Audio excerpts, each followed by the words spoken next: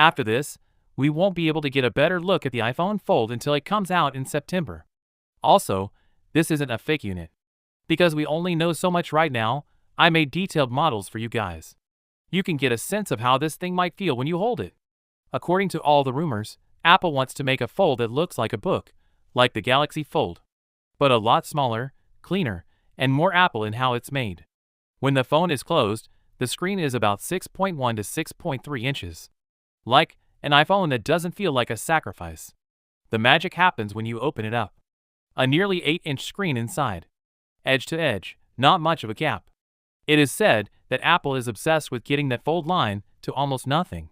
The way I drew it makes it feel less like a phone and more like a small iPad that you can fold up and carry around. Here's the change between expectation and fact. You'd think Apple would do what everyone else does. More space on the screen, done. But the truth is that they're putting a lot of emphasis on longevity. We're talking about a custom hinge system that might use liquid metal parts for strength, easier folding, and long-term dependability. Apple knows that if this thing feels weak, it's over.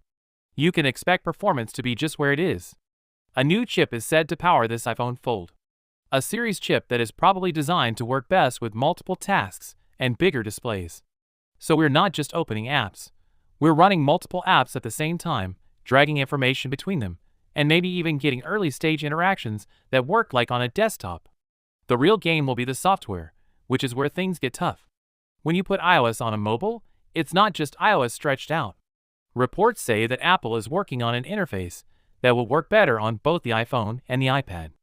This will have better split screen, floating windows, and smoother transitions when you fold and open the screen. The two cameras will probably be close to professional level quality, and the shape will be changed to fit the fold. But the big win is being able to use the main camera for selfies when the phone is folded, which is something Apple does better than anyone else. The piece battery is also very interesting. A bigger body is more room, but it also needs to run two screens. So, be ready for a balance. It works well all day, but most of the work is done behind the scenes by heavy tuning. The second hook is the part that no one is really talking about. This tool does more than just fold. When Apple joins a category, they don't try to catch up. Instead, they redefine it. This iPhone Fold isn't trying to be better than other folding phones on paper. It tries to make them feel old in a matter of hours. And if these models are even 70% right, that change could happen faster than anyone thinks. We'll know in September.